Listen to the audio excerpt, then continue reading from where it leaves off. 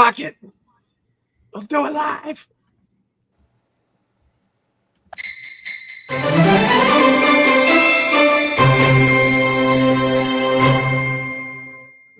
Previously. 1, 2, 3.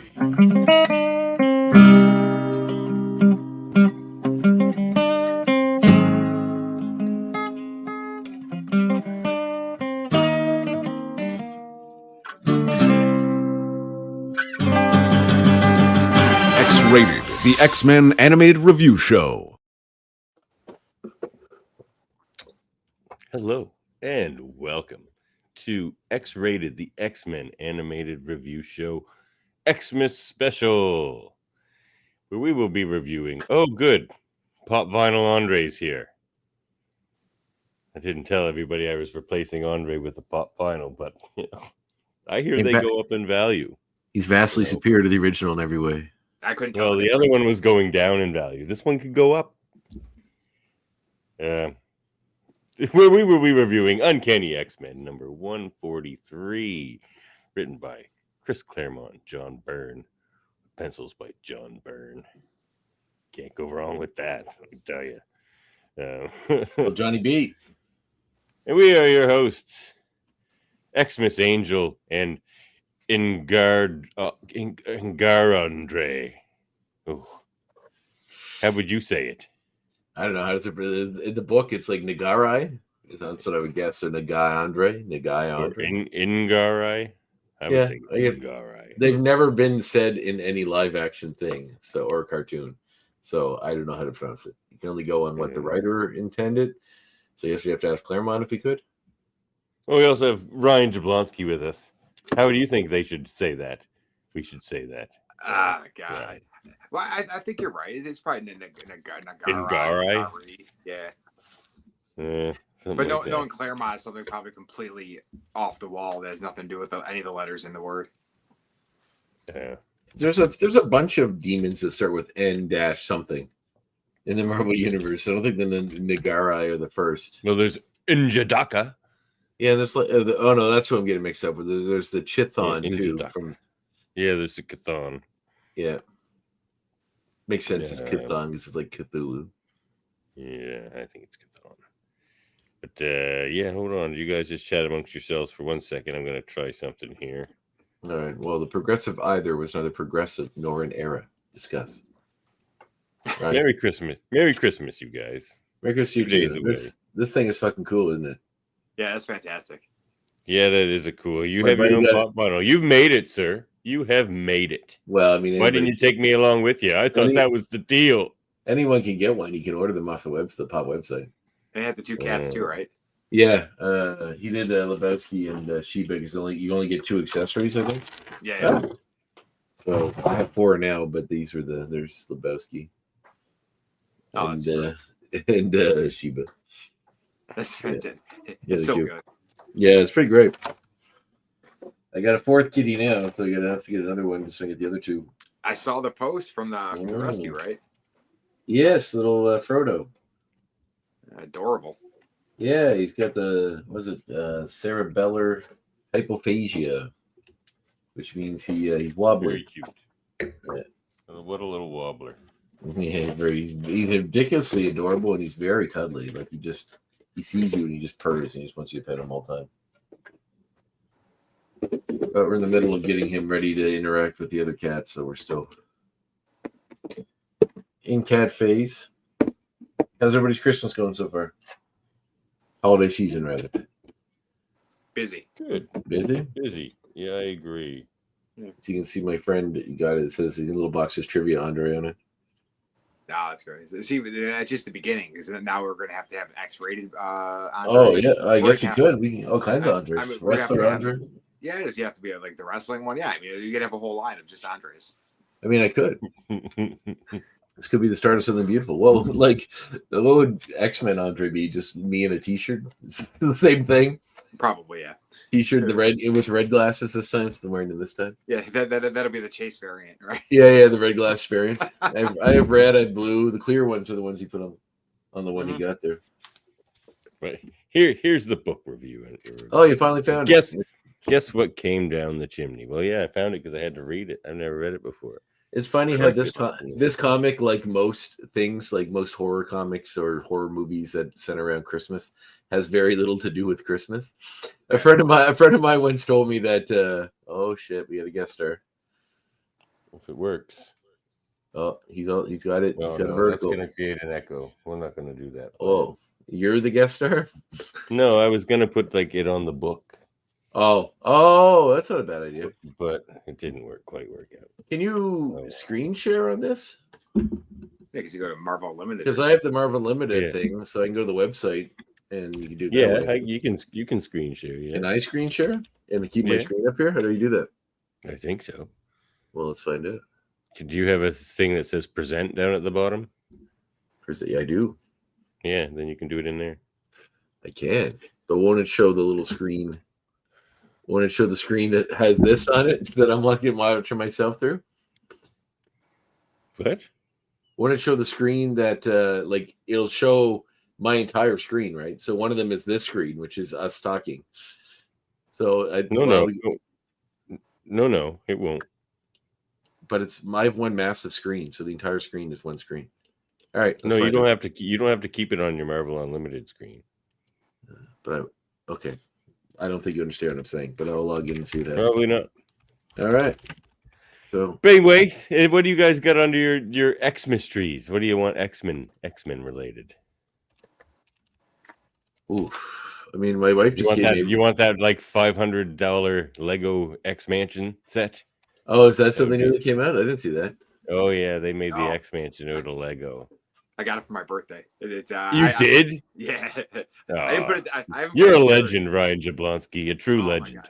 I couldn't not get it. Well, and if you got it like the first couple weeks from the Lego store, it came with a Professor Xavier Cerebro, like a little bonus. So like, that's really cool. So, yeah, so I got that. And then for Christmas, my wife's gonna hopefully getting me the vinyl for X-Men '97.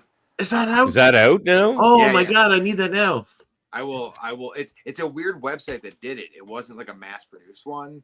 I will find the website and send it to you guys. Please do, because I need that very much. Right. Yeah. So I should be getting that. And then my record player right down there. I got one right. Oh wait, brown one right here. I got one right there. Whole table. I have 3 in my house. I have one in my library, one in my office, and one in the living room. It's on Amazon. Yeah, we have to get another one. I have one in my living room and one. X-Men '97's on Amazon. The vinyl, it comes with a red and a blue vinyl. Nice. Yeah, it's supposed to. Yeah. I'm ordering it now. It should arrive on December 31st. Nice. Getting it in before the new year. I can't imagine anyone ordered this for me already. That's my concern. You shouldn't buy things for yourself 2 days before Christmas. The only person that knows me well enough to buy this for me is my friend that already gave me my gift. So I really don't think it could be any. Yeah, I'm getting it. Worst case scenario, I'll give it to my brother for his birthday, if I get to. Maybe your co-host. Well, maybe you should buy it for your co-host.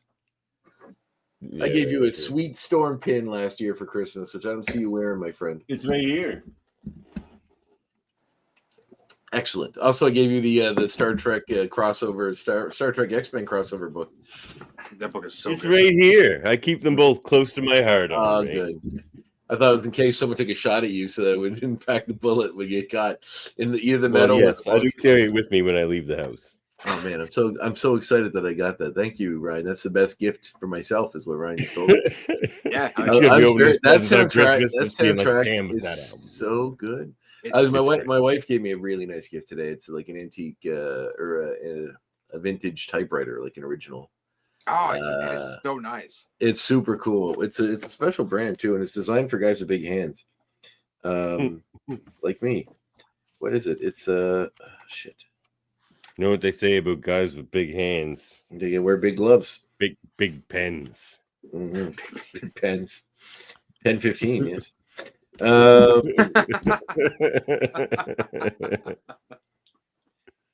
Sheffield, maybe? I can't remember. I can't see the pic. I don't have it in front of me and I can't see it, but it's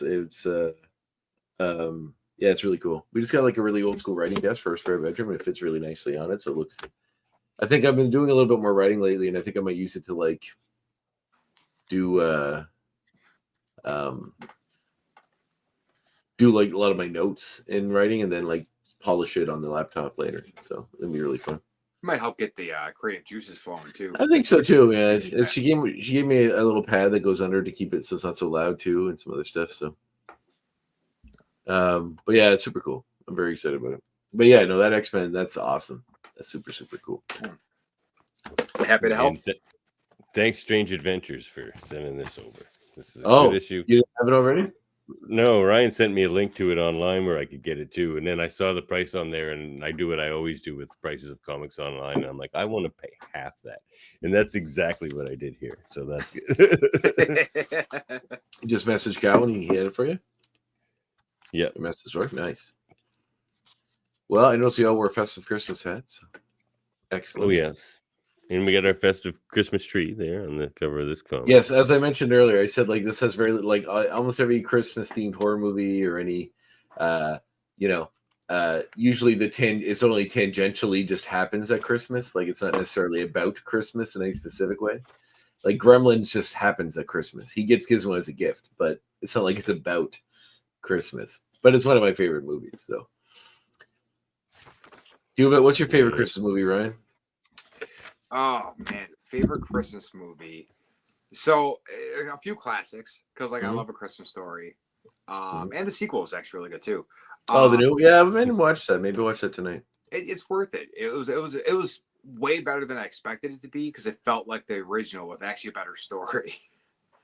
I love Elf, absolutely amazing. But like honestly, I love Krampus. I thought that movie was fantastic. Oh, I love Krampus. Yeah, Krampus is really good. So good. We watched that Red One a couple last week, and I was actually impressed with how like it was just like a popcorn flick, but it's just a fun Christmas. Like, it wasn't as bad as I watched it too, and I was like I expected literally the worst, and it really was fine. Like it does not deserve the ire it gets. No, it was fun. It was just. I don't think it should have cost $250 million, but it was fun.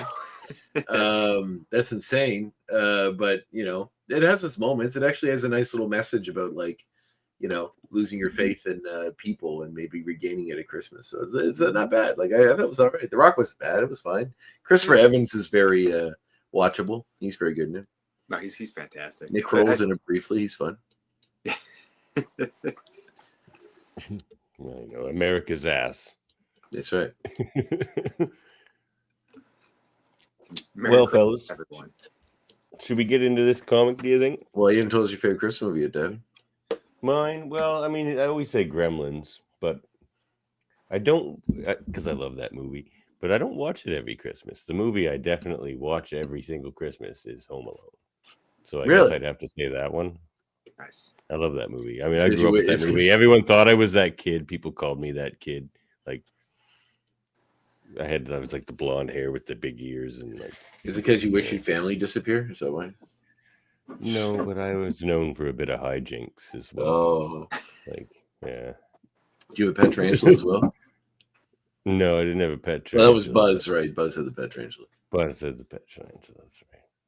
I had the Kevin doll actually. Where you'd pull it and it was just like, you guys give up or you're thirsty for more. Very nice. That was that movie made a generation of terrors while we were growing up. Do you watch How Loves Krampus as well? I think one of the greatest gifts I got this holiday season was the trailer for the new Superman movie. I'm so excited for that movie. I can't even begin. It's exactly what I want. And then I've been watching the Creature Commando show too, which is also exactly what I want from my DC universe. So I'm very happy. More, please. Just keep it coming, James Gunn. You can do no wrong in my eyes. No wrong whatsoever. Yeah, I'm happy for you, DC fans. But you know what? Like, I'm just a fan of good comic book stories. You don't need to make it about DC or Marvel. I want to watch that Creatures Commandos one the way you. It's very good. It's great. You'll love it. And what's his David Harbour as Frankenstein is so good. He's so good. He's such a whiny little dickhead. I love him. Like a whiny Frankenstein. That's pretty well, funny. No, he's like a child because he's new. Like, you know what I mean? Like it's almost like he doesn't understand. He hasn't been alive long enough to have the emotional intelligence to really deal with things like heartbreak or understanding. And women develop faster than men. This is my subtext. I'm reading into it. So she, like the bride, kind of became more fully formed a lot sooner than he did. And he's almost like a teenager that doesn't understand why this girl doesn't like him, even though he's obsessed with her. And it's super good. Everything about the show is really fun. And like even the robot has a fairly tear-inducing backstory, and even the Weasel does too. And you find out his whole backstory too. The two of them, like the GI Robot one, you feel a little bad for. The Weasel one, you're like, oh my god, this poor thing. It's adorable. Is he in a zoo? Weasel? No, you have to watch it. Yeah, don't get into it. But that's Superman, man. Like Nathan Fillion's Guy Gardner look great. Mr. Terrific looks great. Crypto looks amazing. Luthor looks cool. Everything looks cool. The Metamorpho, we briefly saw his face, but he looks really cool. Like I'm super excited. And even Lois, and when he's Clark, he looks like Clark. Like I mean, it was. You actually can kind of see how you could mistake him when they see the two, like just a little bit. Like I know it's always the thing with Superman is why is anyone tell he just wears glasses, but you can kind of see why maybe they wouldn't. And my friend Dave once put it a day that's been on the show before really well, where he said that like the idea that Superman even has a secret identity is like not a thing. Like the idea that this being, this godlike being, would even pretend to be human, nobody would even think of, and which kind of makes sense to me. Like why would he? Like if you just saw this guy running around in a suit, you'd never be like, well, that guy must spend his day doing a day job somewhere. Like you wouldn't assume. Right. So, you'd just be like, he has a fucking fortress in the Arctic somewhere. Like why would he have a regular day job? Or like he doesn't need to pay rent. He's fine. Yeah, exactly. He's fine. He's like, what does he got? He doesn't have a 401k or something he's got to pay into. Like he's doing all right. I feel like you'd get pretty bored in a fortress in the Arctic. I mean, everything, like literally, if you were Superman, the world is like the universe, not even the world. Like he goes to other planets, he goes to the future and fights with the Legion of Superheroes. How fast can he fly in space? Like Captain Marvel fast? Probably not, eh? Well, I don't know. Like it depends on what version of Superman we're dealing with, but it seems like they're skirting the edge of has a bunch of fun technological stuff at his disposal, Superman as well. Yeah. So I mean, that's the case. He's got rocket ships and everything else. Well, I like that they're not just doing another origin story, because that would have been the worst call. And now it's just like he's Superman. I also like that, like with a Jerry curl. I mean, James Gunn's, I don't know. There's always a lot of heart in this stuff, is the way I describe it. Mm-hmm. And with this thing, like I really like that Pa Kent is the actor that plays him, because he's a really good actor, but he's also not an attractive person. You know what I mean? Like he's kind of a big, like he always sort of plays a kind of a fat, ugly guy, or like a crazy person or something, whatever movie he's in. So like, I like that he kind of fills it with more realistic looking people. Like even Jimmy is kind of like, he's like that kid from the Righteous Gemstones, but he's not like a model. You know what I mean? Like he's a good looking guy, I guess, but he doesn't conventionally look like a supermodel. I hate when like everybody in the movie. Yeah, I know, he was kind of normal. Like everyone in the movie. I mean, obviously Lois is more attractive and Superman is, but like Perry and everyone else, even the guy from SNL that plays Steve Lombard, like Beck Bennett, he looks like a normal guy. Like I just think that it's really cool. Luthor obviously can be a little more, Nicholas Holt's a handsome fellow, but yeah, it's cool. I just think it's going to be really fun. I love that he just doesn't fill it with like gorgeous people, Well, I love talk about like the definition of what a teaser trailer is too. Because you have no idea what that movie is. Like know it's Superman, but like I don't know anything about that movie. Nope. And all the there's a lot of characters in it. Yeah. But it's a world, but it feels like a world that's full of superheroes. So it's not just, you know what I mean? Like it feels like a lived-in world that we're getting a peek into. Yeah. And Crypto is great. Bullshit.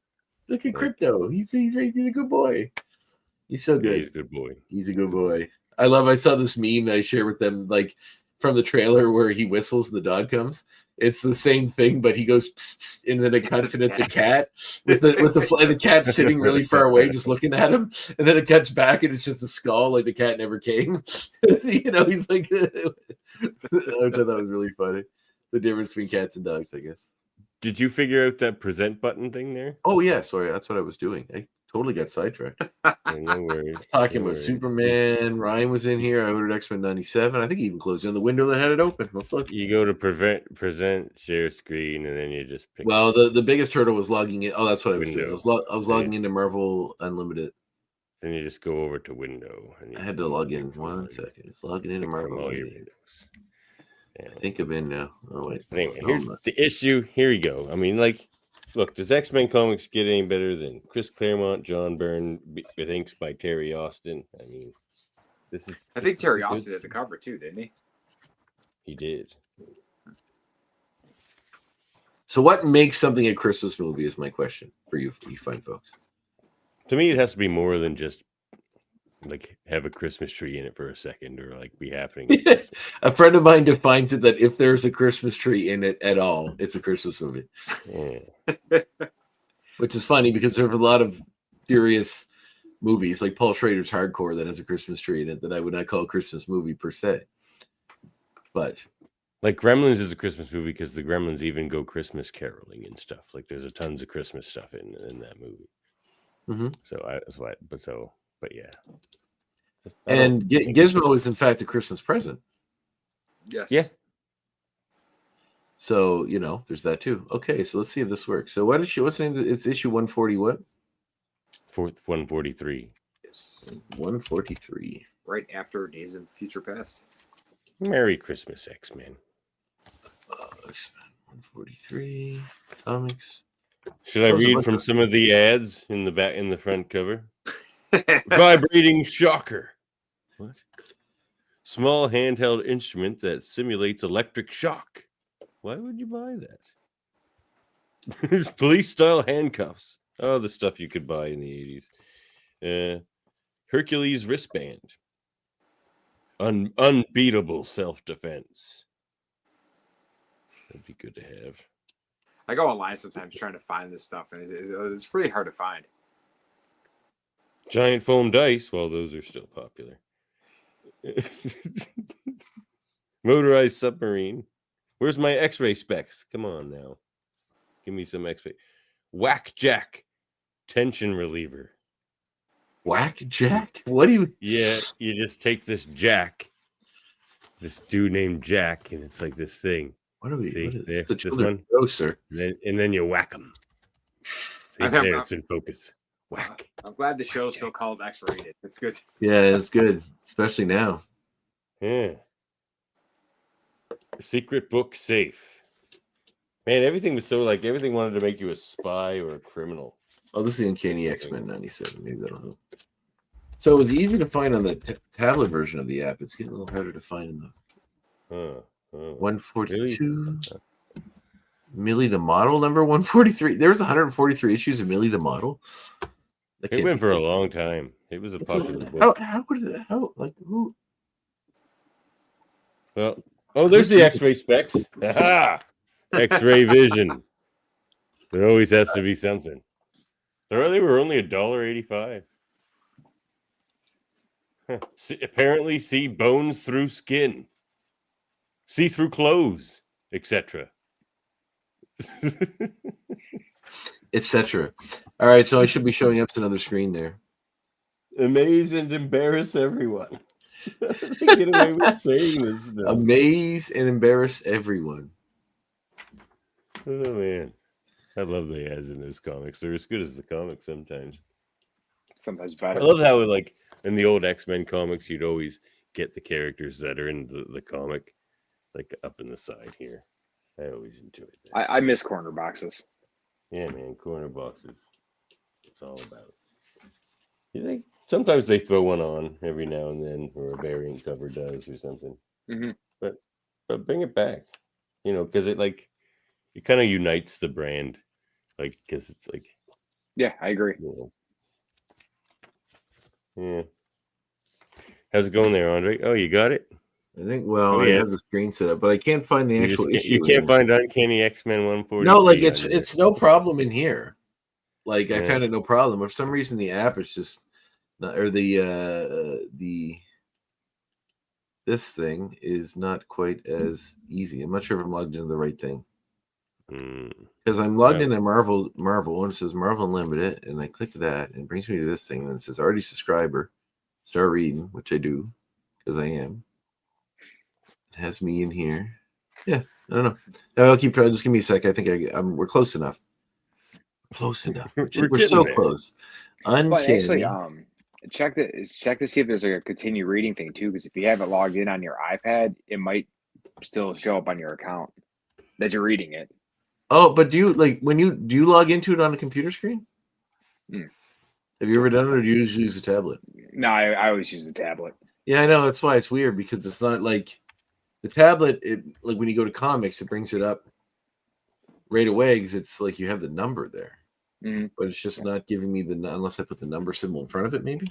And I know we've talked about it because I love that app. I know we've talked about that app many times. Oh, I use it so but much. like the actual like searching in the app leaves a lot to be desired. Yeah, if you go right to the comic, like because there's search options and you can go to like title, whatever. But if you go to just the comic, it usually brings it up. Yeah. But like this is the Marvel app. Can you just go to Uncanny X-Men the line and just scroll down until you get 143? That's what I might have to do. I'm just wondering why it keeps telling me to try Unlimited because I'm already logged in. Like I already have a plan. Oh yeah, so okay. So it just keeps taking me back to Marvel Unlimited. Okay. So we'll get this. We'll We're gonna eventually get start talking about this comic book, people. That's what I mean. Nobody tunes into this Nobody to hear cares. drone on about comics. I'm already doing the trial. Comic book. Exactly. Being an incredible hunk man in 7 days.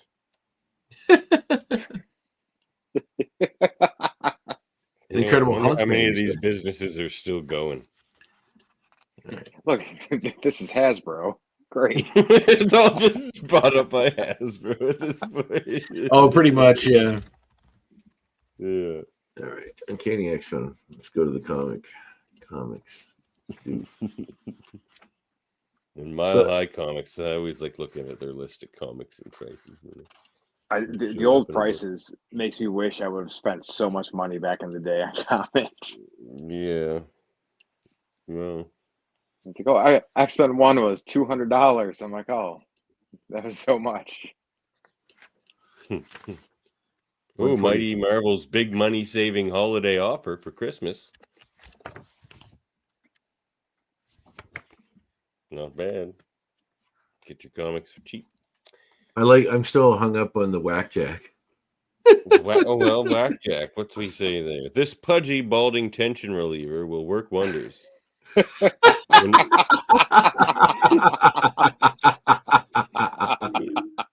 Oh dear God!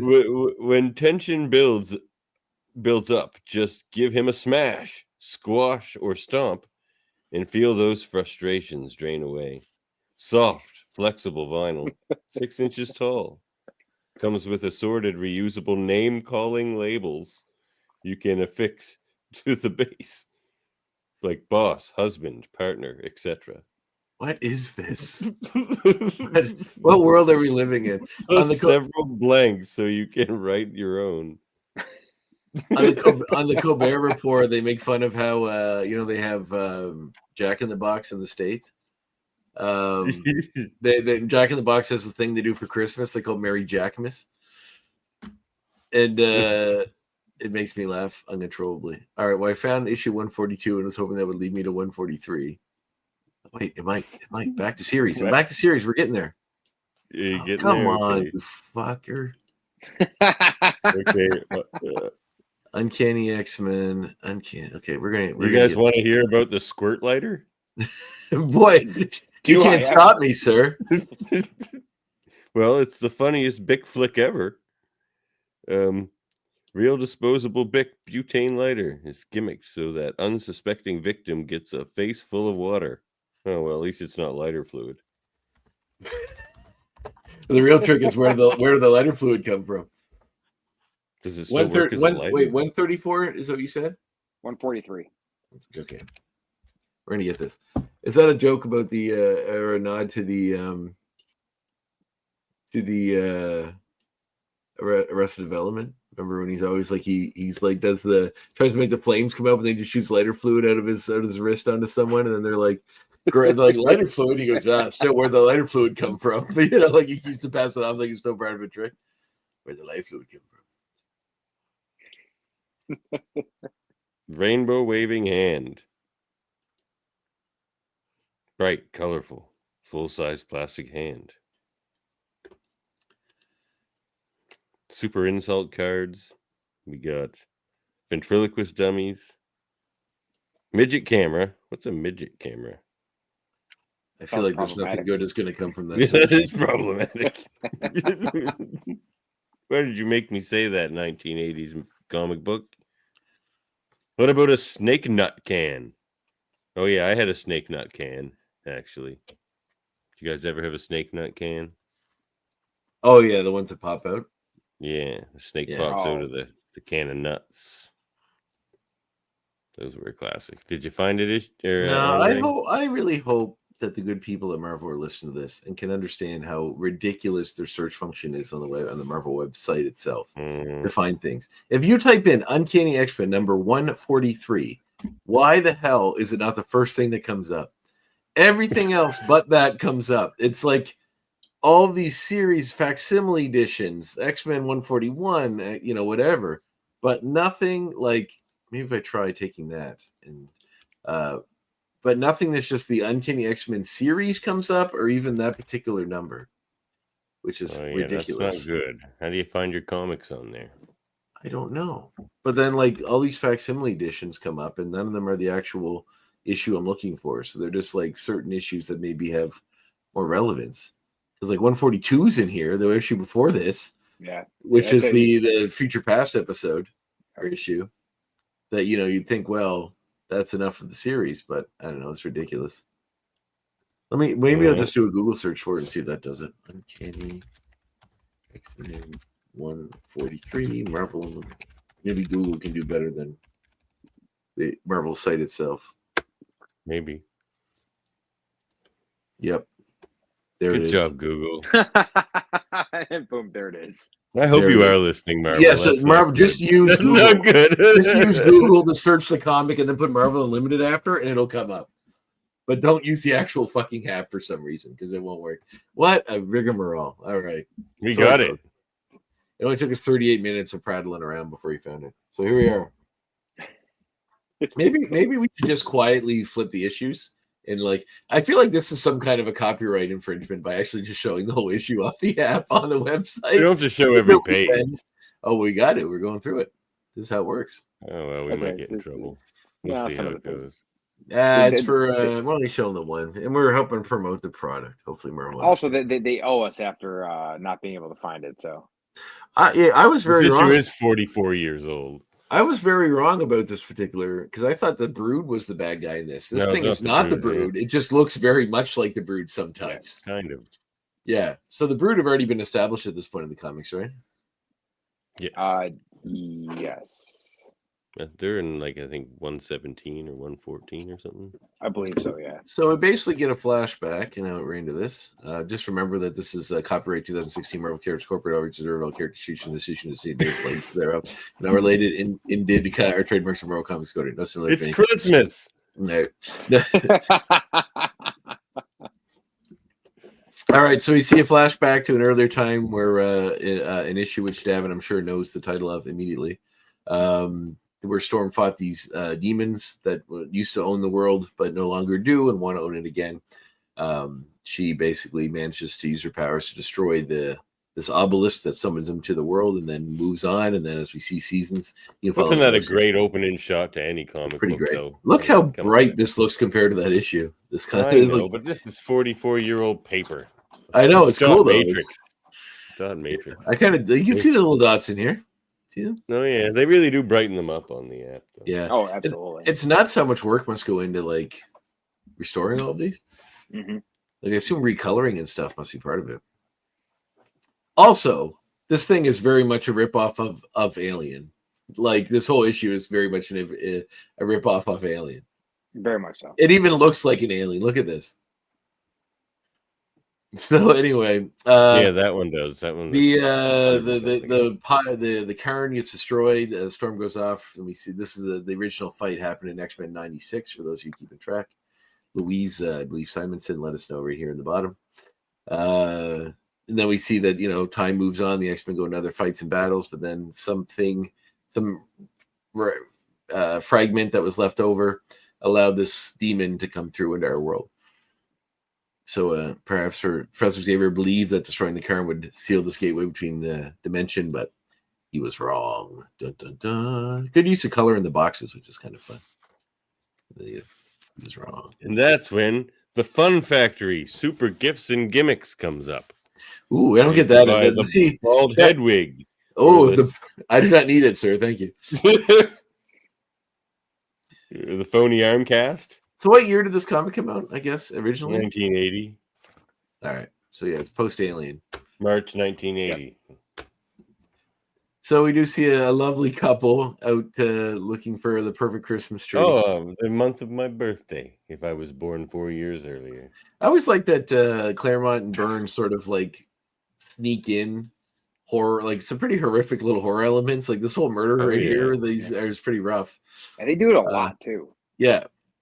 It's like for kids. His wife has time for a choke cry, and that is ended as quickly and abruptly as her life. Like that's dark shit. Yeah. Like Claremont killed lots of people.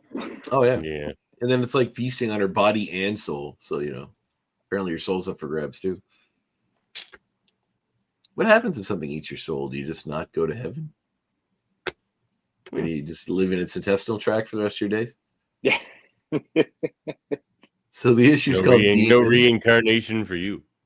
The issue's called Demon. We see Kitty going through training on how to run the Blackbird. Cool writing though, with the alien or the demon coming over top of it. Yeah, and even using the shape of the demon's head to make the M. Yeah.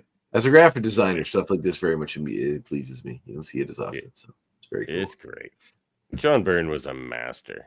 Oh, not Louise Simonson, it's Louise Jones, the editor who made that's Wheezy Jones. Wheezy Jones, Wheezy. Yep. She's moving on up. It's a dated reference for obviously younger audience. Moving on up like the Jeffersons. Oh man, I was interviewed for this magazine recently. Some guests I had on my other show, and they had two of their questions. One of the first question was, "Who's your favorite stooge?" And the second question was, "Marry, have sex with, kill on Gilligan's Island, like what character?" And I was like, wow, you guys are really keeping your finger on the pulse of the youth of today. A Three Stooges question and a Gilligan's Island question. Fantastic. Who did you marry from Gilligan's Island? He didn't give me the entire cast. It was only like a few of them. So I think it was Mary. I don't think it was Mary, Murder, Kill. I think it was just Marry and Eat. Marry, Kill, and Eat. So like I think Marianne was who I would be with. And I said Kill and Eat Gilligan because he's useless.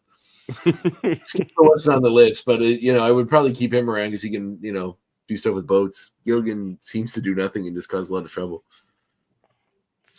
Seemed quite lean if you're gonna eat him, but anyway. That's true. We can fatten him up a little bit. Get him. Angel's there. Look at that, hanging out. Yeah, it's showing like Defender's Angel with the halo. What an ugly combination of colors: red, yellow, and white. It was hot in the flower world for a couple of years. Yeah, that's true. And we see, basically everybody has plans they're going off to tonight. Angel's saying that Kitty, it's learning how to start the Blackbird is like the easy part.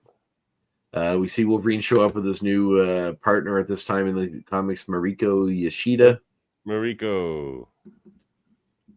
Now, is this who becomes the Silver Samurai, or am I getting her mixed up with someone? That's Mariko is like, she's the one that gets killed later. Silver Samurai sister. Same as the Wolverine movie, like right. Mariko. Silver Samurai sister. That movie, yeah. So Kurt comes in, makes a little joke with Mistletoe. Wolverine goes in berserk. No, in that movie, it's like his granddaughter. Right, he was the old guy. Right, he's the old guy. Super old guy. Wolverine goes into berserker rage. Colossus tries to restrain him. Even for Wolverine, that was early Wolverine though. Yeah. Early Wolverine was like a lunatic. He lost it all the time, real quick. Well, he even quickly says like, "My bad." Like a berserker rage kind of came in. I It love shows the character dedevelopment that he's gotten over the decades. Though, I also love like dress up Wolverine is like in a bolo tie. You know, he's got a little bolo tie and and he wears a cowboy hat too. So like they're really keeping him like just funny. Him and Banshee like to go listen to country music. Yeah. So Wolverine takes off with Rico, thanks them for keeping his stuff in check. Kitty's flirting with Colossus. Calls him sexy. She's like 15. I know. 13, and he's like at this point, she's 13 still? She actually makes a comment about being 13, I think. Oh, I thought it was 15. Well, I guess we'll see. Yeah. Either way, Colossus it's still is much older. I mean, okay, listen. In defense of Colossus, he had nothing to do with any of this. She called him that. She put the mistletoe over his head. She kissed him on the cheek. He blushed. It was funny what Nightcrawler says too. Or was it Nightcrawler that said it? So if he kissed him anywhere else, he would have probably dropped dead from shock. That's pretty good. Besides on the cheek. Which, dirty minds can read further, but I think he just meant on the lips or anything. But we see. Why is Storm bringing the car around? Because her legs work. I guess she can touch it. She can use the gas and brake pedals. She can't just fly around Professor X. My goddess shouldn't be bringing the car around. I don't think. Well, the X-Men don't have a Jarvis or an Alfred Pennyworth, so somebody has to. They have a Colossus. Well, is he's carrying him out to the car right here. Yeah, fair enough. All right. So they're all doing their part. Now Nightcrawler's going too. He's riding shotgun. So they're going off to do a concert or something. I don't know. They said where they were going. But anyway, they're going off to do something. Anyway, then Angel takes off to go meet Candy Southern, which can't be a real person. Who has a name like that? Who was his date for the evening? Yeah. And then Kitty realizes she's alone. And she decides to go. You can kind of sum this thing up pretty fast. To sum up the story, you don't need to go through a lot of breaks. But she was a fun romp, but it's more than that because it's got a lot of good character development. But what I like about Claremont's writing is most comics, the amount of dialogue on this page alone is more than most comics now. Yeah, exactly. There's a lot of great comics, which is good. What's great about old comics, man. For 50 cents, you got a half an hour. Yeah, you got a lot of reading. A lot of good reading. Yeah, you did. A couple of words and you could buy mini Coke bottle keychains. Giant slimy snakes nearly 3 feet long. You can get 2 Whack-A-Jacks. Realistic with a threatening glare. That's awesome. There's even a word or two I had to look up. Guaranteed big and especially scary. And I read a lot. And there were a few words in here that are, $5 words. They're a little harder to understand. They don't see very often, which is nice. There's one I meant to look up and forgot, but I think I'll come to it near the end. We see her trying to call her parents, check in. They're not home. It's nice Cyclops calling the mansion for Christmas, though. And we get some big read up that he took some time off after Jean died, and he's off on his own little adventure. He's going to become a longshoreman, I guess, and work on a ship. And this is the first appearance of Lee Forrester too. She actually shows up for a while. Yeah. Oh, what is her connection in the bigger grand scheme of things in X-Men? Just basically this. She's just with the Cyclops. Oh, she's just a captain on a boat. Mm-hmm. Yeah. Mm-hmm. So we see Kitty decide to use her time productively and train, and so she starts working out in the doing the danger room stuff. Then gets a notice there's a possible intruder up in Storm's attic. She goes up, sees the windows broken, all the plants are dead from the cold, and a mysterious green goo on the floor. And then she's attacked by the xenomorph from Aliens. I mean, leftover. Literally, it's almost exactly the same, except for they 3-pronged the head instead of making one long penis head. It's 3 separate penises. Mm-hmm. Well, these 2 penises are fused, but this penis are fine. These 2 penises fused in one bigger one. But very xenomorphic like. an appearance. Great panel right here. This is very nice. So she, the funny thing is, I always find, and I'm glad they addressed it because I'm like, why is Kitty ever in danger? Couldn't she just make herself phase and then nobody could touch her? She'd She get could just tired sit there. eventually. How exhausting is phasing? Well, they've actually made it in the comics that her natural state is phasing. And So then she's not exhausted at all. She's exhausted to unphase. Wouldn't she just fall through the bed whenever she tries It to became sleep? that. Yeah, well, and she would. So how does she sleep? Would she just wind up in like the not all the floor? times, but like sometimes she would like wake up in the floor. But if her natural Didn't that state happen is, in like the last one we reviewed, the last comic we reviewed, didn't it? if her natural state is being phased, sure, it's been a No, while. it happened in X-Men Evolution. She falls through the floor. Yeah, but if her natural state is phased when she's sleeping, wouldn't she just automatically phase the entire time? Would she just fall through the earth? Yes. Then how does she not? I want you to explain it. I think they like the way they Tell me how explained the it is, like, writers that's- that were so that's- hung up on doing something unique that they didn't think it through explain that this thing that they created. just like that's her mutant power. Like it's the kind of thing where like Beast like would give you a test and he would just be like, so it's actually your natural state that's phasing. You know what I mean? And I think she eventually like comes to work with that, and that's how she gets super powerful at what she does with all that kind of stuff. Like even here, what she does in this comics, like walking on air molecules, is pretty slick. Yeah, they do mention that. And what I liked about it is they explain that even while phased, she's still in danger. So like it makes it seem like the consequences are higher than just. Yeah, because it still hurt her, and they showed Yeah. that earlier with Storm too. So they've already built that up. It's pretty tight issue.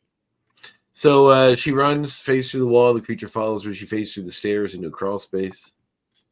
And then hides out sort of in there. Woo, I'm about to make a name for myself. Yeah. Oh, sorry. I forgot you guys could do this. Woo!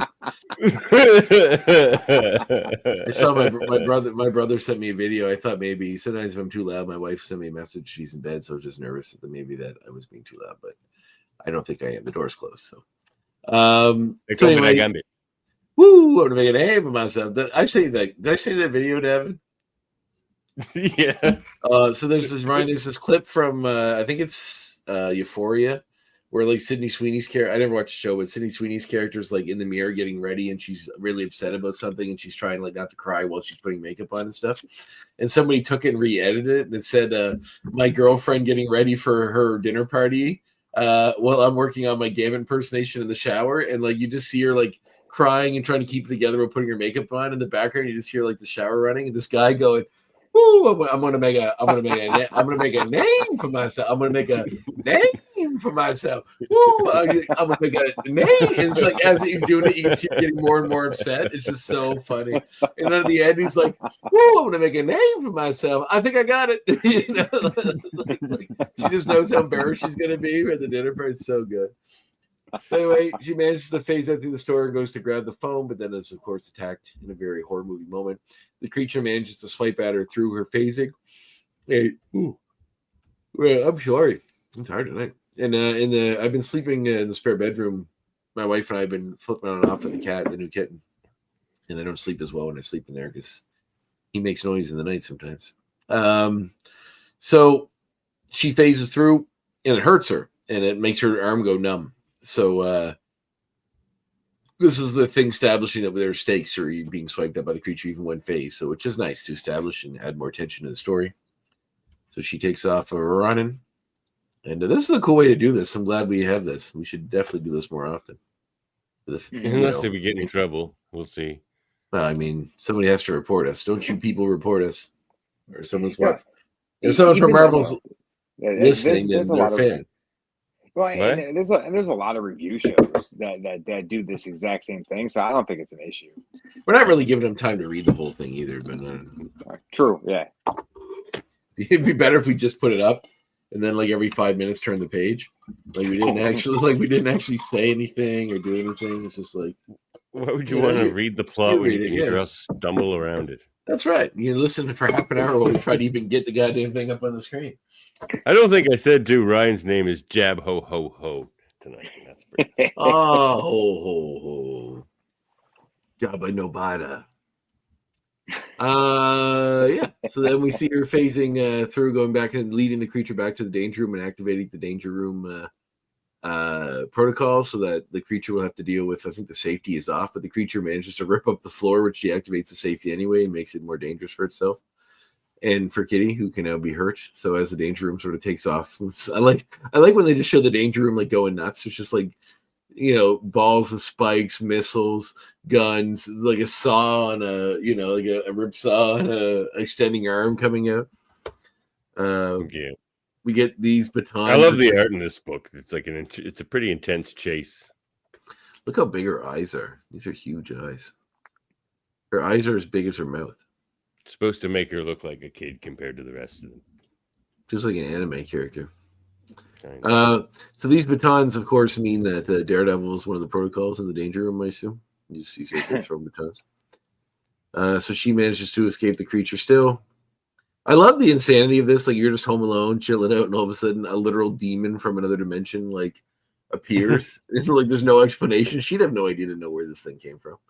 Right? Like the X-Men must fill her in later. But at this point, a demon literally just shows up.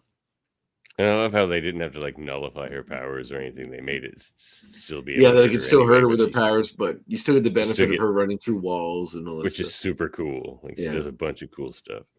I mean, I prefer the live action version where the Juggernaut is chasing her through the walls.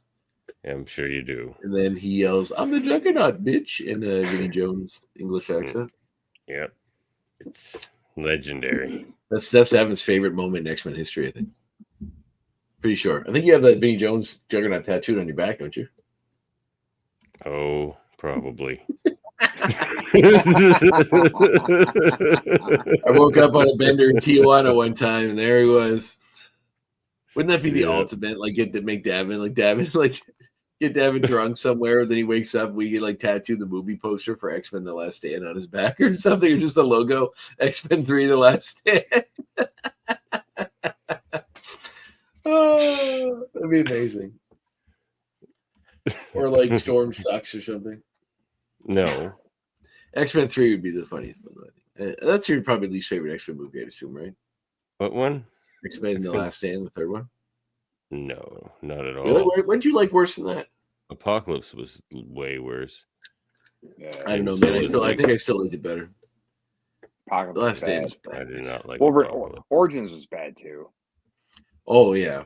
That one was like 20 minutes it of a good starts movie. off so good. It's like 20. The first 20 minutes are pretty decent, and then it goes real hard right. Yeah. So we got Mountains of Die. It's like a Cormac McCarthy novel here with all this. Like, read all of this.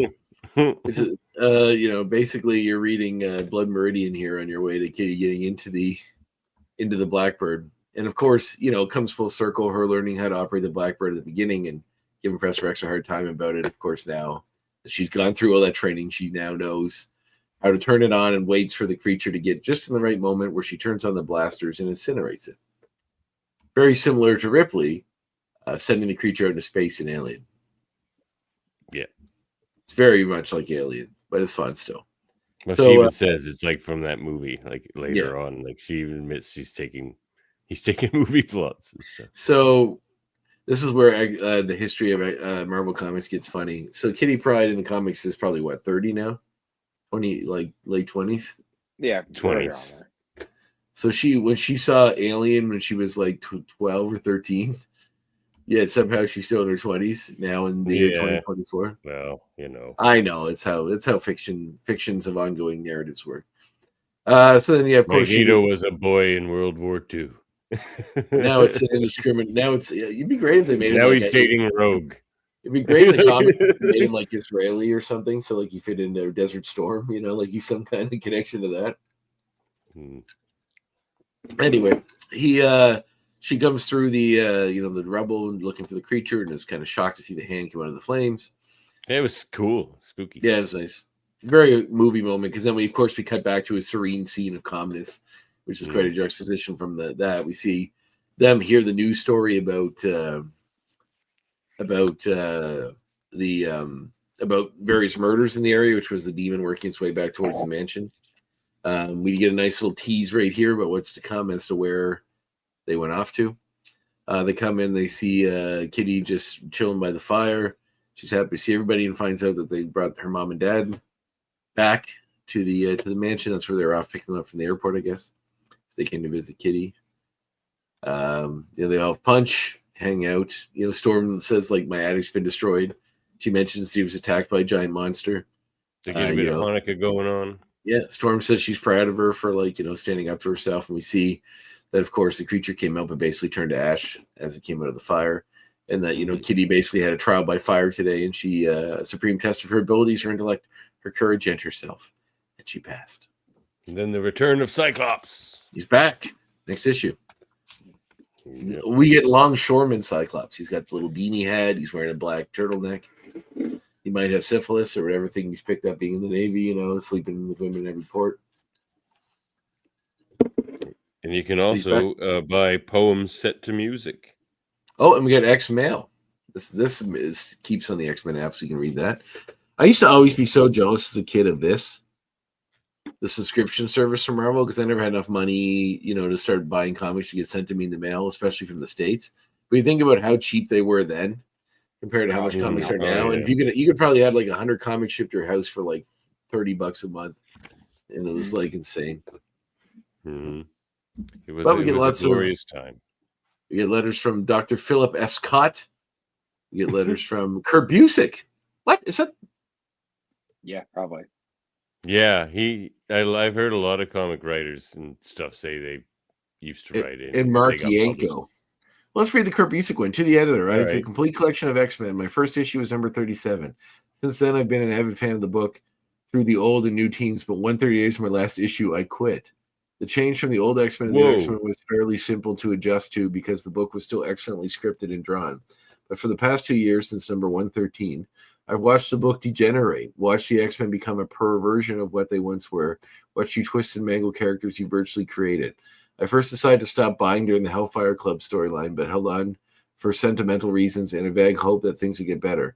During the Dark Phoenix story, I again decided to quit, but upon hearing what the conclusion would be, decided to stick around until Cyclops left, and now I can no longer justify buying the X-Men, not even to keep my collection complete. Each issue hurts too much. I love the X-Men, and if you treated them as they deserve, I would still be a faithful supporter, but until matters change, you've lost yourself a reader. Kurt Busiek. Kurt Busiek hates good stories. And then Chris Claremont answers him. He says, I'm sorry you feel that way. You do, Kurt. Unfortunately, one person's Dark Age and another's Renaissance. What you saw is a perversion of the book and its characters. Others saw some of the finest issues in the series. You do our best to make our readers happy. Logical course of action, considering that if they became unhappy, they wouldn't read the book in it, and we wouldn't be here. But the way we do it is by trusting our own instincts and abilities. So long as we produce these books, all comics, not simply X-Men, are creative humans, not programmable robots. That's the way it has to be, for better, for worse, hopefully for better. Wow. Yeah. Kurt Busiek. Yeah. Kurt Busiek being a bitch. Early troll. That's why he wrote Avengers and not X-Men. That's true. We know which is the cooler book. That's funny. Kurt Busiek, why don't you come on in Graphic Histories and explain yourself? No. I mean, it must be him. I mean, how many fucking Kurt Busieks are there in the world? I think it is. I think I think we can all agree. But this is the more interesting thing to me. Like, I think we can all agree that Chris Claremont and Kurt Busiek are both geniuses when it comes to writing comics. So the idea that like one could thoroughly dislike what the other one's doing is kind of nuts to me. But I guess Grant Morrison and Alan Moore really don't particularly care for each other, and I think they're both geniuses. So, but it's just funny that like so many people in the same medium that everyone thinks are like created. Like Astro City is genius. Oh, it's amazing. And Kingdom Come is one of the greatest comics ever written. Like, it's just there's a lot of cool, but crazy. Wow, Kurt Busiek, young Kurt Busiek was that happy. Kingdom Come didn't do it for me. I read that one. Really? Yeah. Man, even that moment where Billy Batson steps out, and you realize that he's Shazam. That's so good. Yeah, I know. It's a great book, man. It's what do you think of the Marvel one version, the X? Earth X. Earth X. Not a fan either. Like they're not really a fan either. X-Man Dan loves Earth X, so we've had this conversation many a time. Me and X-Man Dan. I think it's great. I think they went too far with it. I didn't think we need Universe X and Paradise X, and all the other stuff. But the first one was great. Yeah, you're right too. It was way too much. It was beautiful. I mean, they're gorgeous books, but they look for us, right? They look beautiful. That's for damn sure. Oh yeah. Well, you know what? Let's play a game. We got Ryan here. Why don't we? Well, not our game. We'll keep doing our segment we've been doing recently here. Oh. Well, hey, check it. Oh, no, let's do a hey check. Hey, check it.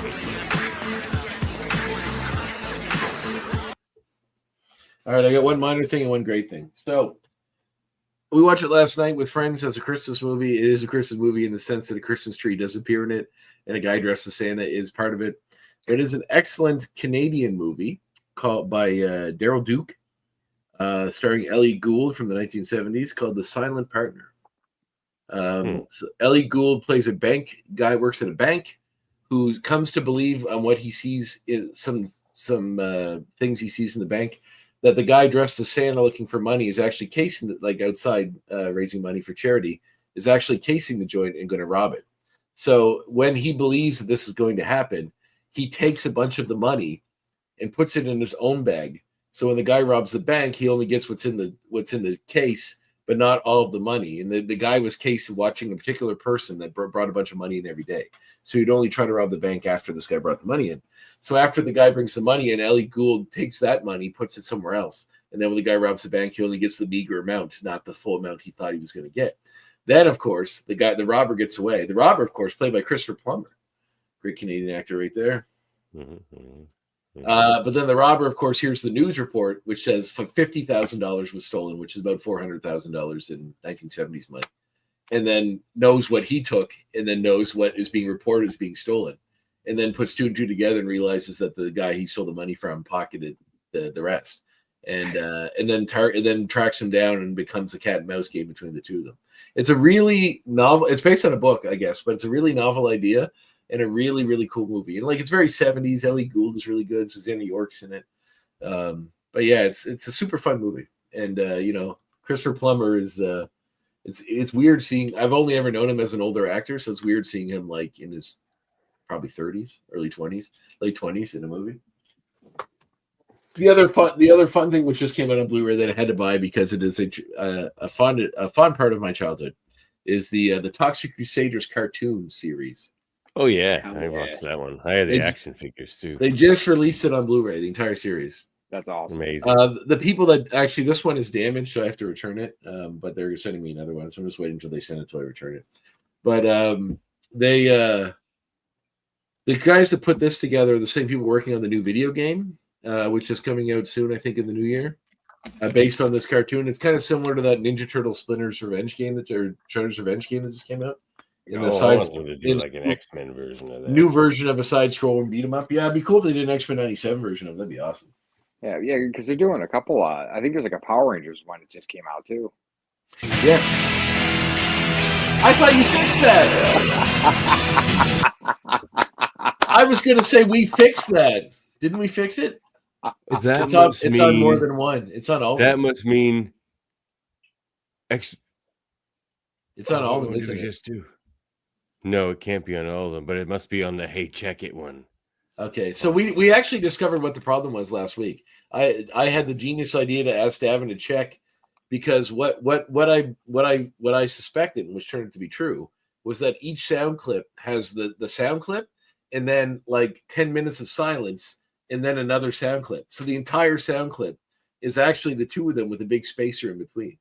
So he fixed the one that we thought was the issue, but it's on more than one. I guess we just. I even proclaimed on our Facebook that I fixed the sound issue. Forever. Our gift to the X-Goons is to get it one more time. That's fantastic.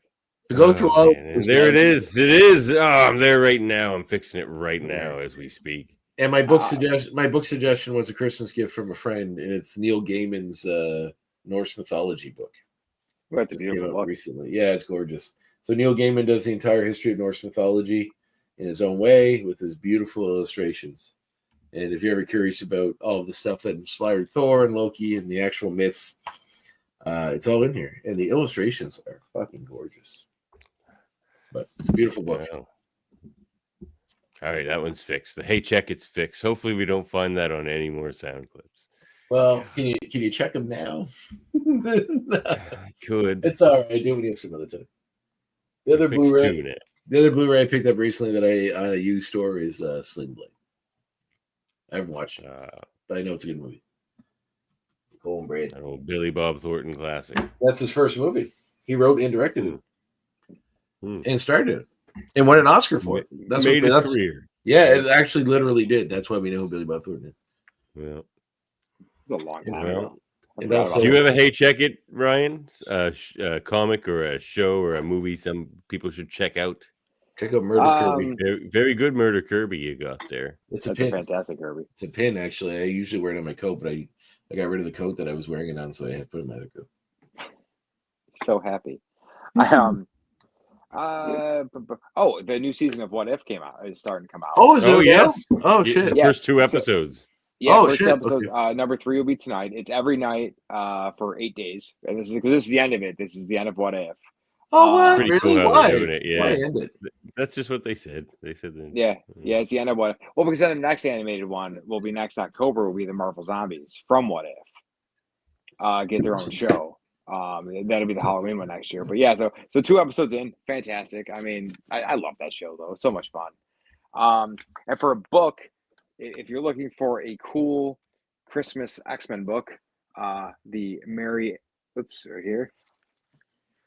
That one. Yeah, it was from a while ago, right? So I think it's from about It's like a maybe- Greg Land cover. No, it's Nakayama actually. Oh. It's an old Nakayama. This book's from like 6 years ago. So it's cool because it's one. So there's an overlying story with like Jubilee and Mojo that goes through them all, and then it's a whole bunch of different Christmas tales of the various X-Men. But each page is a different story and done by a different writer and different artist. And it's really fun. And then there's like the overlying Jubilee story that kind of ties it all together from the beginning, the middle, and an end. But all the other stories are like completely unattached. Like there's like a 1 page of just Gambit and Rogue and their cats trying to wrap presents, so it has nothing to do with anything. But it's really cool, like to go down and actually look at some of the artists and the writers that are in there who are all like kind of famous now, and this is like some of their first work. Devin, share my screen there, the one I'm sharing. Yeah, right that's there. cool. Once again, I Googled it and it showed up in Marvel Unlimited. So just Google it instead of using the actual Marvel. Very fun Christmas cover. Yeah, it's super fun. It's a real fun. It's a real fun book. There's some great art in it, great stories in it. Oh, that Deadpool little one looks pretty fun. Yeah, there's it's really cool. It's called the Deadpool one's called "I'm Dreaming of a Wade Christmas." Yeah, this is fun. There's the Gambit pages you just went through is by Lucio Vecchio. I don't know how to pronounce his last name. Luigi Mangione. Vecchio. Yeah, Vecchio, I think. It's his first published work is actually that page. Oh wow. Yeah, which is pretty cool. Hey, look at the glow up on Nightcrawler. Got a little beard and the hair. Oh, it's old man Logan. That's funny. Yeah, because this is the time that Logan was dead. Yes. Old man Logan was kicking around there. Yeah. I remember that time. Yeah. Oh, there's Glove Herman. What's up, Glove Herman gets a story. It's not Christmas without Glove Herman. I want a Glove Herman Christmas ornament. I want. You just call me Glob Andre. I like it. Glob Andre. No, just Glob Andre. Okay, Glob Andre. Yeah, this is cool. I like this. A bunch of short stories. Yeah, Arcade. That's it. Yeah, it wasn't really Mojo. fun. Sorry, it was Jubilee and Arcade. Yeah, Oh, there's it's really fun though. fun. It's a cool little holiday story. Yeah, it's really cool. Check it out. My hey check it is just go watch the entire series of Lower Decks because it's over now and I loved it. Oh, I gotta finish that. I about halfway through it, but I kind of forgot to keep downloading the new episodes. So it's like I heard it was a good finale. I gave it an 11 out of 10 in our review series over on Live Long and Pod. Devin had a theory they're going to keep it going, but I don't think they were. Or did they set it up for more? No, the way I've changed my theory. I don't think they will. Everyone thinks they've now set up my theory, whereas I think they've crushed my theory. What was your theory? That they'll set up a sequel, but I feel like the sequel people think they set up, they didn't actually set up. It's a whole thing. Like, because they leave it open, there's like this space date. Anyway, I don't want to ruin it for people, but I think it's over, but it was a great time in Star Trek. But maybe something comes back down the line because you never know. It's animation; they can just kick it off again.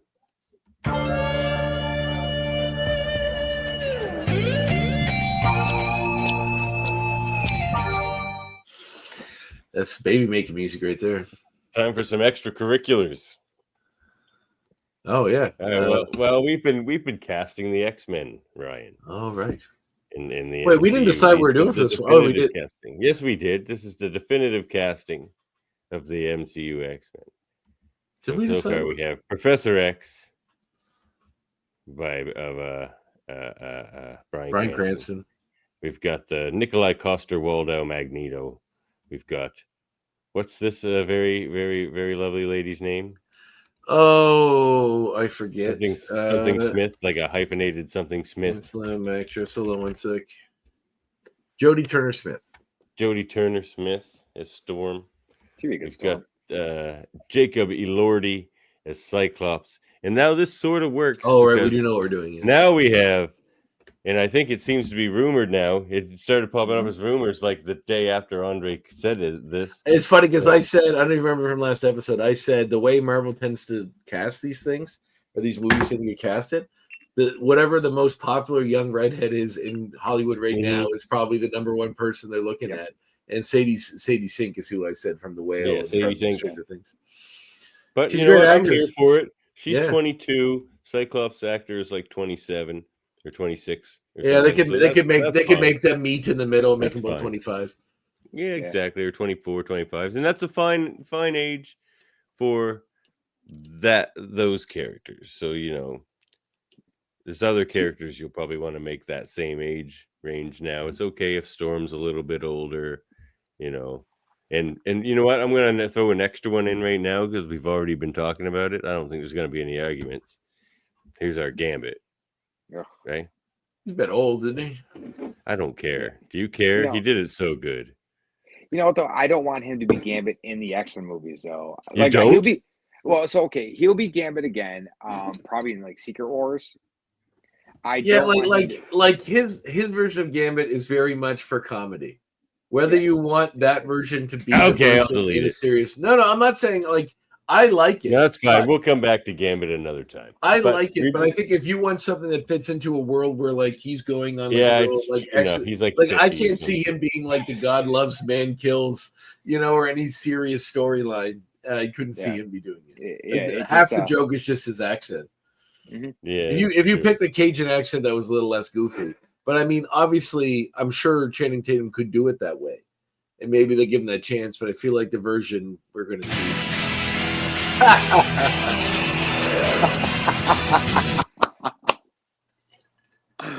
Well, this is good. We're discovering all the errors here tonight on Christmas.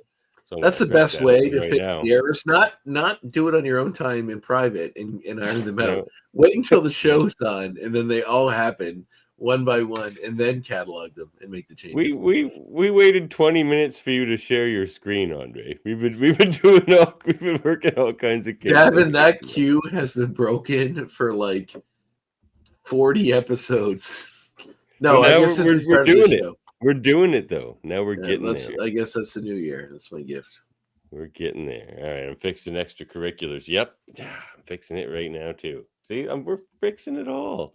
We're gonna have no more problems in the new year. Then it's gonna be the year of X-rated here in 2025. There, another one fixed. Oh, it feels so good. It feels so good, doesn't it? It does. It really Merry does. Christmas. All right, so we got Sadie Sink and Jacob Elordi as Cyclops and Jean Grey. What do you think about that? We can do one with Ryan if you think we can throw it together. Pick someone that shouldn't be that hard to cast.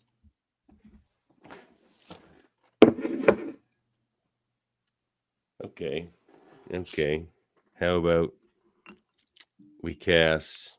Well, because remember, we've decided we want to put these first characters we're doing on our main roster as well. Who would we?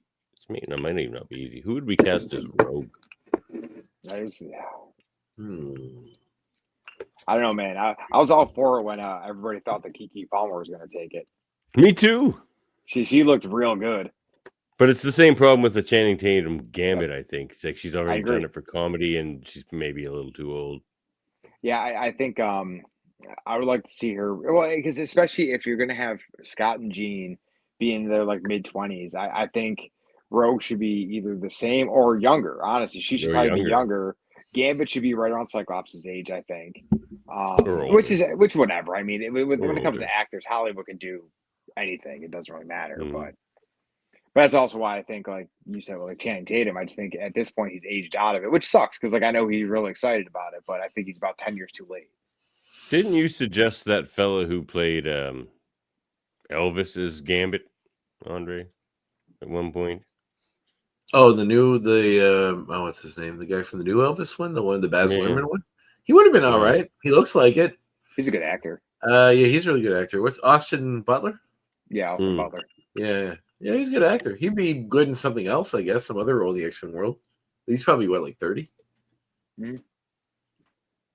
I think Austin Butler would be a good Angel too. Yeah, because he's kind of a pretty boy, but like he's Hmm. like because I mean obviously like anybody can kind of buff up, but he's like a pretty boy, but he's a good actor. But like I could see him in a suit and just like like the heads turn when he walks into a room type of deal. Mm-hmm. Not that we necessarily need an Angel because like not my favorite kind of character, but Well, this one could be easy. Do you guys know any like big hulking Russian actors? Russian. They'd have to be a good actor too. You can't just be like Rush because there's some guys. There are a lot of big guys that are like stunt people, or like the guy who played the Mountain on Game of Thrones or something. Like they don't necessarily act a lot, but they're big people. Or the guy was it Nathan Jones? That's in Mad Max. He plays the big guy out of Morton Joe's sort of kids. One of those sort of guys. But you need someone that actually is a good actor, but like a big person. Okay, well, let's cast Sabretooth because I know who I'd pick. Sabretooth. That's a fun one because it's actors I know. I don't know any of these young 20-something actors, so it's like I've been having trouble with this game. Well, we can like still do Rogue. I had to learn who all these people. Well, I knew who Sadie Sink was, and she's a good actress, so I like that pick. Here's Jean Grey. I'm all for it, and apparently they're going that way, so I'm all for it. There you go. Well, we could do Rogue. I just need some time to. No, Sabretooth's good. My pick is the dude from Jack Reacher. Oh, that's a good casting. The guy plays Jack Reacher on the new Reacher show. He was Aquaman on Smallville. He's a beast too. That guy's huge. Jack Reacher show. Alan Richson. Alan Richson. Yeah. Give him. He looks kind of mean. He's huge too. He's a big guy. But how is he? Is he very tall? Like yeah, he's 1.191 meters tall. So he's taller than me, and I'm 6'2". I'm 1.9 meters, so that would be 1.9 meters in feet. Yeah, dude would fill up a costume too. He is thing on him. A little taller than me, so like 6'3". Good enough if you cast a short Wolverine. He just has to be way bigger than Wolverine, basically. And he's 42. That's a good age for a Sabretooth actor. Yeah, man, I'm down with that. I don't know him as an actor, but he looks kind of mean. Apparently, he's in that Red One movie. My other choice was Jason Momoa, but no. Okay, ignore Aquaman and just look at him as he looks. Just no. Why? Because you don't like what's Aquaman. No, I actually am a huge Stargate Atlantis fan, and he was in that. Oh, was he?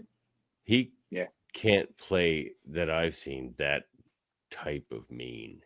I don't know if this Alan Richson character really good actor because the Sabretooth's a special kind of mean. Like Liev Schreiber, he kind of got it. Like that's the one good thing about Origins. Like he had. I think he can pull it off because Reacher's like a really hard edged character. Yeah, like the Lee Child character from the books is a pretty roughneck. Like those Tom Cruise movies are very miscast as far as the way the character's depicted in the books. He's supposed to be big and he's supposed to be mean, and Tom Cruise playing him is not great. But this guy, big or mean, yeah. So this guy actually is a pretty imposing, and he's a physically big guy, and he's in crazy shape for the show. So I think he'd be perfect for it. He's blonde too. Throw the fucking Tyler Mane prosthetics on him, and you're laughing. Yeah, you know what? Jeez, look at him there. Jeez, this guy's jacked. Dude, he's a beast, man. Like I mean, he is just a huge man. Yeah, which is good. Yeah, he's got a big thick neck too. He looks like he'd really fuck you up. in a fight. So I'm I gonna don't. show an image here. I like this casting actually. This guy Yeah. looks like a saber. I think he'd be a good saber. He'd be a good Sabretooth. Honestly, you could probably even play fucking Juggernaut. I mean, that guy's he's Yeah, he could. Juggernaut has to be stupid huge. I mean, you can Well, CG he'd it. Same be with CGI, Colossus, yeah. really. Like you He'd be can, CGI. I mean, they already have that CGI Colossus. That's pretty great, but again, So- done for comedy. So does nobody have an alternative? No other Sabretooth? So No, I like it. Look at this guy. Yeah, he's huge. Yeah, you won me over as soon as you said his name. Yeah. Yeah, I mean, if you just And look there's- at his face too, like he looks. yeah. There's looks just like that's not the one of his face I got. He looks kind Uh, of mean. If he was shorter, he'd be. The reason I thought I liked him because we haven't picked the do Wolverine yet, because I know it's going to be a fight. But I was like, he actually would be a pretty decent Wolverine, but he's too tall, he's too big. But Way like, too so big. when I thought about that, I was like, well, he'd be a great Sabretooth. So yeah, it's Yeah. a good way to cast Sabretooth. A good Wolverine, but way too big. Yeah, that's Yeah, fair. see, he just looks like he just kind of looks kind of mean. yeah, It's like he could just like he's got like a mean smirk. you know? grow the beard out, you have the longer hair, and you give him pointy teeth, and that's all you need. Yeah, like no offense, Alan Rickson. I'm sure you're a nice guy, but you got to like it, not a perfect mean face for this role. he's I think. making the- he's Give you making the millions Jack- and millions of dollars to play the meanest comic book character ever, basically. He's making that Jack Reacher money too, so You know, Also, he Sabretooth was is not a nice guy. You want some other roles he was in? He played Raphael in the Teenage Mutant Ninja Turtle movie that What?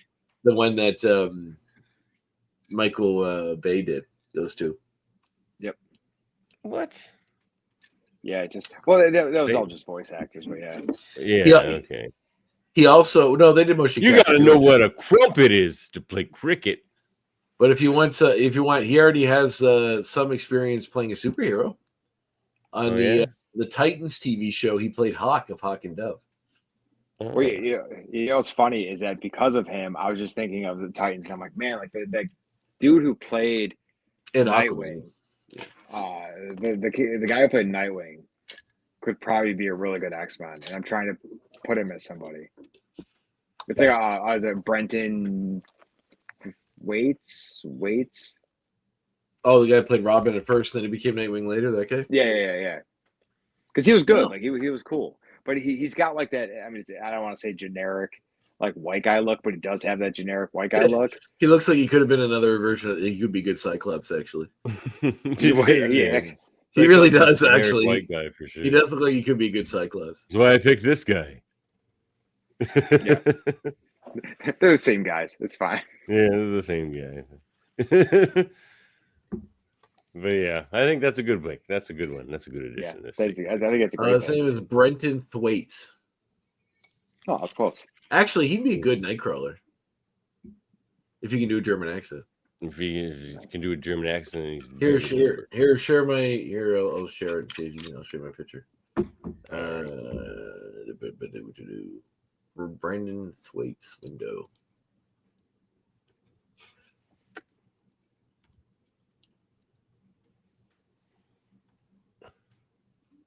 Jeez, you don't got fast internet there in old Barnes, do you? Normally I do. It might just be this website.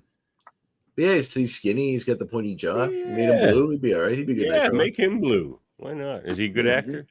I never actually watched Titans, so I don't know. I thought he was great. I actually highly recommend that show too. And I'm not like a big DC guy, but that show was really good.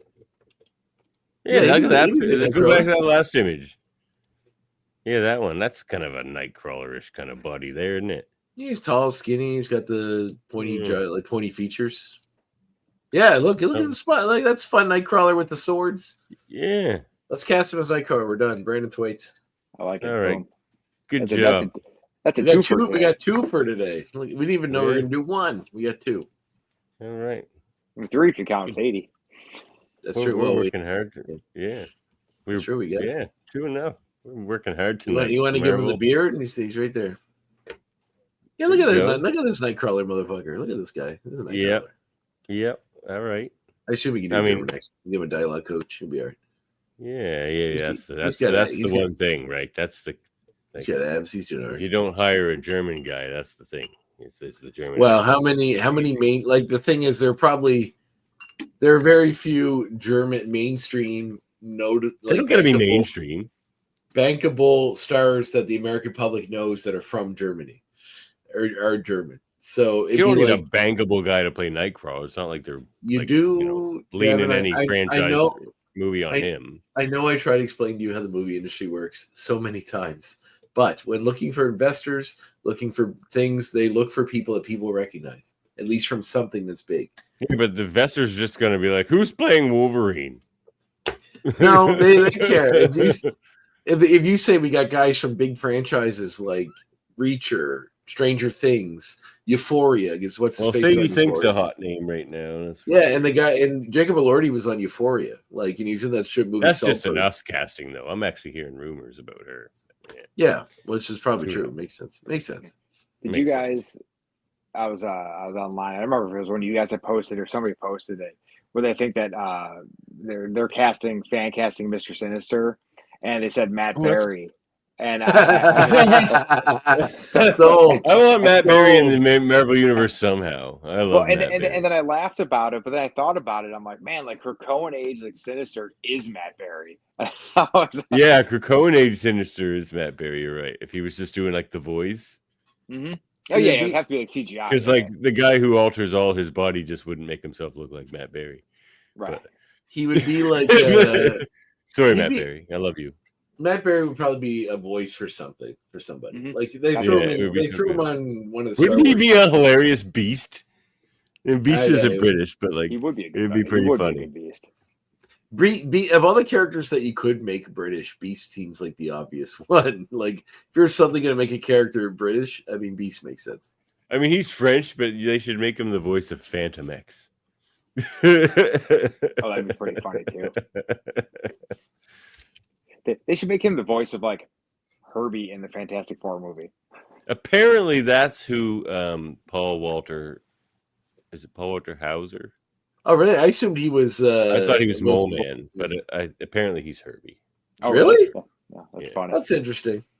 I like him. He's he actually he's a fun actor, and I would highly suggest the movie I, Tonya. If you haven't seen it, I've seen I, Tonya. It's a good movie. He is so fucking funny in that movie. I was roaring at the movie theater, and the part where he's on have you seen the movie, Ryan? No. So it's about Tonya Harding. It's a whole story about that, and Margot Robbie plays Tonya Harding, and Paul Thomas Hauser played Ben Barnes. Not Ben Barnes. What's his the Winter Soldier? Bucky. What's his real name? Sebastian Stan. Sebastian Stan plays her boyfriend. That's way different than Ben Barnes.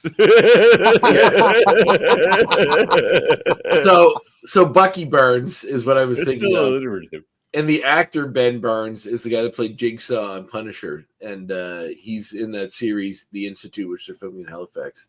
But so my brain was thinking about that. But Jigsaw was good on that. Actually, he was kind of. This guy's in that show I do background on, The Institute, the Stephen King book. He's also in one of the best episodes of the Guillermo del Toro show on Netflix, The Cabinet of Curiosities, called Pickman's Model. It's him and Crispin Glover. It's based on a H.P. Lovecraft story. It's super, super good. But anyway,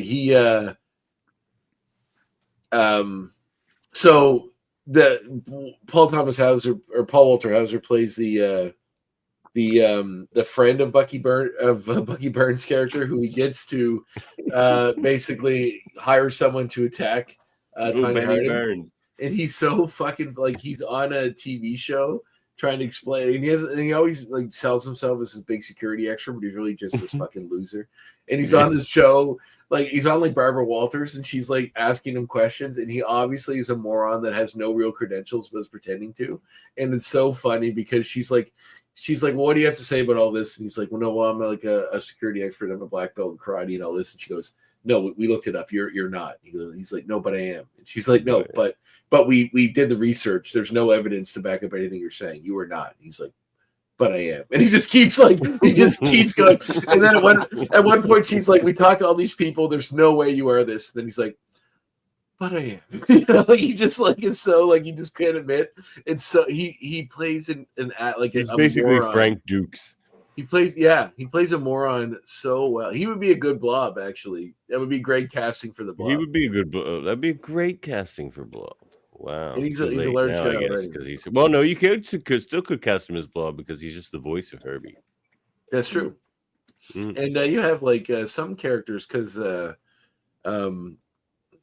what's her name from Freaks and Geeks? Linda Cardellini is Hawkeye's wife, but she was also the Lysa in the Guardians Galaxy 3. So you can do two things. She was like the otter. Yeah, in Guardians 3. Fucking heartbreaking, that fucking role. Oh fuck, that movie made me cry my eyes. So many. The second I Yeah. saw those characters, I was already in tears. Like, because I knew it wasn't going to end well, and Me they were too. so broken and sad, but they found this beautiful little family together, and you knew it was going to get ripped away, and it just made you hate the High Evolutionary so fucking much. He's, in my opinion, the best. I haven't met a villain in the Marvel Universe I've hated more than the High Evolutionary, and that is He's because not a of nice James guy. because he oh man. But James Gunn is just like, you know what? You rips people's hearts out messing with animals. You know what else rips people's heart out? Messing with children. How about children animals? No. It was like, you know what, James Gunn? That's kind of dirty trick. But it's like it's almost Shakespearean, that character. Like the guy that played him is so good, and like he's amazing. Yeah. And this idea that like he's searching for perfection, and the reason he never finds it is because he's the broken thing at the center of it. He So is the reason it never works. It'll never be right because he's not right, and he doesn't see that, and he resents anything that makes him even come close to having to realize that. And it's just so human and fucked up. And like it's such great interpretation of that character too, who I do like in the comics as well, the High Evolutionary. This one's very different, but I was happy with it. A lot more emotional, in the movie, but I like that about it. I think he was good. It's a shame that they didn't cast that guy as Kang. He would have been a fantastic Kang. But God, he would have. Be really, like, for fan casting, I really wish they don't get rid of Kang, just recast him. I mean, you can. It's a multiverse, right? But Coleman Domingo, the guy from he was on Fear the Walking Dead. He's super. I would like to see him as Kang. He's an awesome actor. He'd be good as something in the MCU for sure. He has there's that show Sing, A24 put out the movie Sing Sing, or about the prison, and it's based on a true story about a guy that was in Sing Sing and ran an acting program where like he'd get other prisoners to do Shakespeare, and they would act, and it, like the real guy wrote a book about it. They made a movie, and apparently he plays the guy in the movie, but apparently it's really, really good. So it's on the list. Too many movies to watch. Wow, I think we did good work here. I think we can add Paul Walter Hauser as Blob too. You want to do it? I mean, that's pretty great because Blob. I can't think of it better. Purely for comedy, pretty much. Maybe Danny DeVito. DeVito, but I think we're good. And no, Danny DeVito is going to be our Wolverine. So anyway, sold. It was supposed to be that way. Remember that? No, it was going to be Bob Hoskins, wasn't it? The man's been dead for 20 years, I think now. Yeah, he was going to be the 80s Wolverine or whatever. But all right, why don't we get out of here, fellas? Get back to our families for Christmas. Bob Hoskins, get back to your kitty. Bob Hoskins 80s Wolverine would have been the Bob Hoskins from like Super Mario Brothers movie. That's what he would have looked like. That's what they were gonna do. Don't look at me. Yeah. Oh my god, that would have not been good. No, it would have been awful. I love him. I think he's an amazing actor. Who Framed Roger Rabbit still is my favorite movie, but no, it's a great movie. Anyway, all right. Well, you know what? Thanks for joining us, Ryan. Yeah, Merry Christmas, everyone. Yeah, we're taking maybe Xmas. We're taking next week off for the holiday, so we'll be back in January. Back to Evolution. Actually, wait, I think we're taking 2 weeks off, aren't we? Because the next one would be the day before New Year's Eve. Are we doing that? The 30th? Yeah, sure. Why not? All right. I think I'm good. So yeah, next episode will be. I think it's the one about Wolverine's past, right? No, next week's the 30th. Next week's the week off. Oh yes, that's right. Sorry, so we're back. That's correct. we're back on the 6th, January 6th, in which we're going to be showing episode number 11. Grim Reminder. No, we did that one, didn't we? Yeah, no, we're on. Yeah, is it Grim Reminder run next? Yeah. Yeah, Grim that's true. Reminder, and then it's the two-parter that ends. Yeah, Grim Reminder episode 11, which is yet another Sabretooth Wolverine battle. And if you didn't check it out, check out our interview we had with Frank Poor and Stephen E. Gordon. That was a lot of fun. It was a great interview, by the way. Nice. Oh, thanks. They're Yeah, cool dudes. Cool Yeah, you'll and I know everybody said it, but like evolution, you guys you've trudged through the shit. It does get a lot better.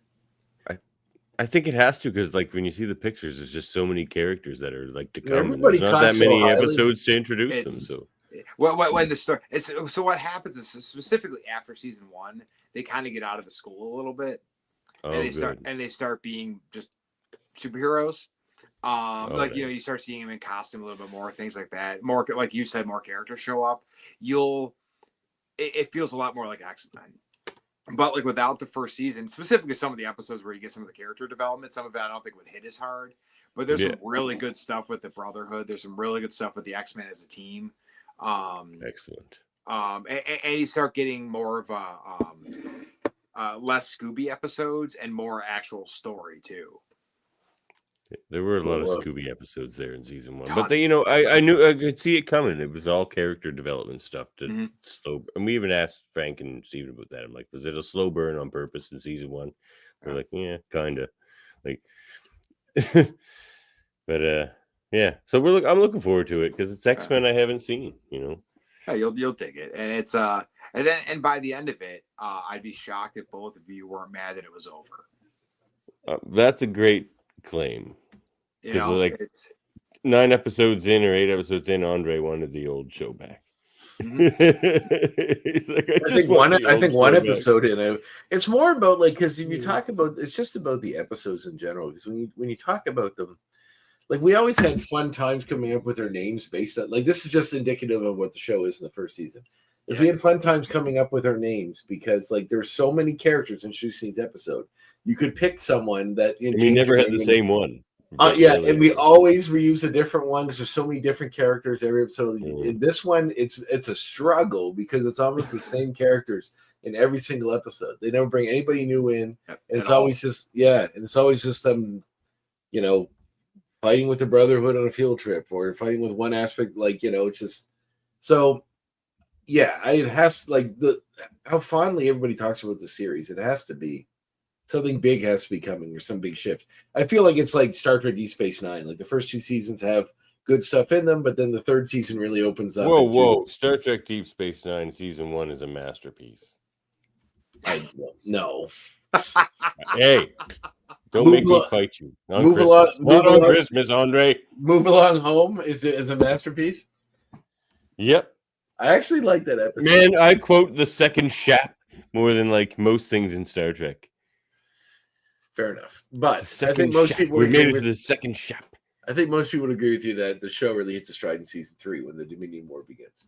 Well, maybe, perhaps, and the end of season 2 establishes the end of season 2 establishes the war at the Dominion, and then the show basically is just that for the rest of the time. But I mean, I still have aspects I really like about the first 2 seasons. But, I think it really hits a stride with season 3. And I feel like this show is kind of like that. Let's get out of here, fellas. All right. All right, guys. Merry Christmas. Merry Christmas. Bye-bye. Previously. 1, 2, 3.